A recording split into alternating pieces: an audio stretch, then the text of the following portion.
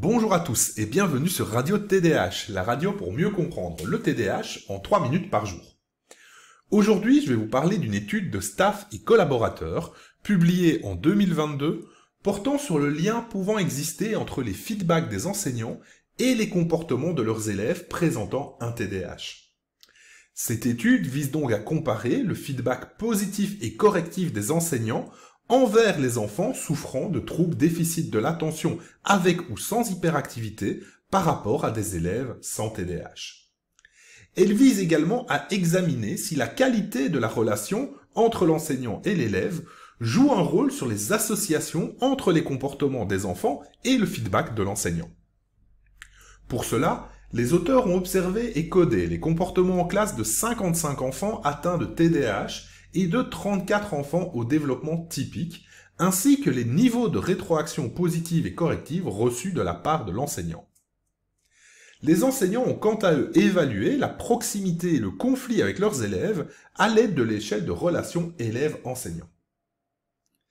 Les résultats mettent en évidence que les enseignants fournissent beaucoup plus de commentaires correctifs aux enfants du groupe TDAH qu'à ceux de l'autre groupe.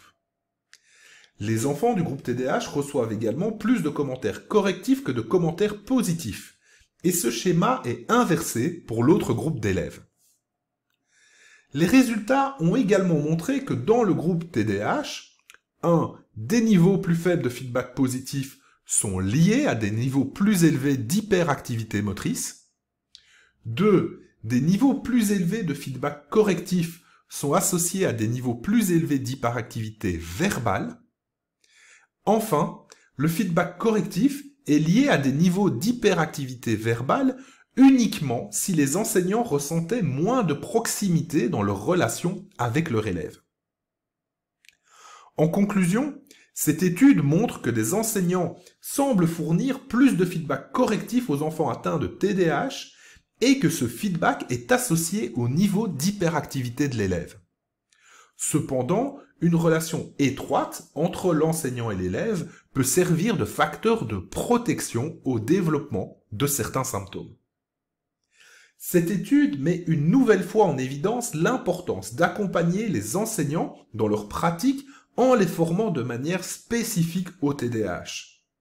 En effet, les relations entre enseignants et élèves TDAH sont connues pour être source de stress chez l'enseignant, principalement par manque de compréhension du fonctionnement de son élève. Il semble dès lors nécessaire aujourd'hui de développer des programmes adaptés et spécifiques pour soutenir les enseignants dans leurs interventions en classe.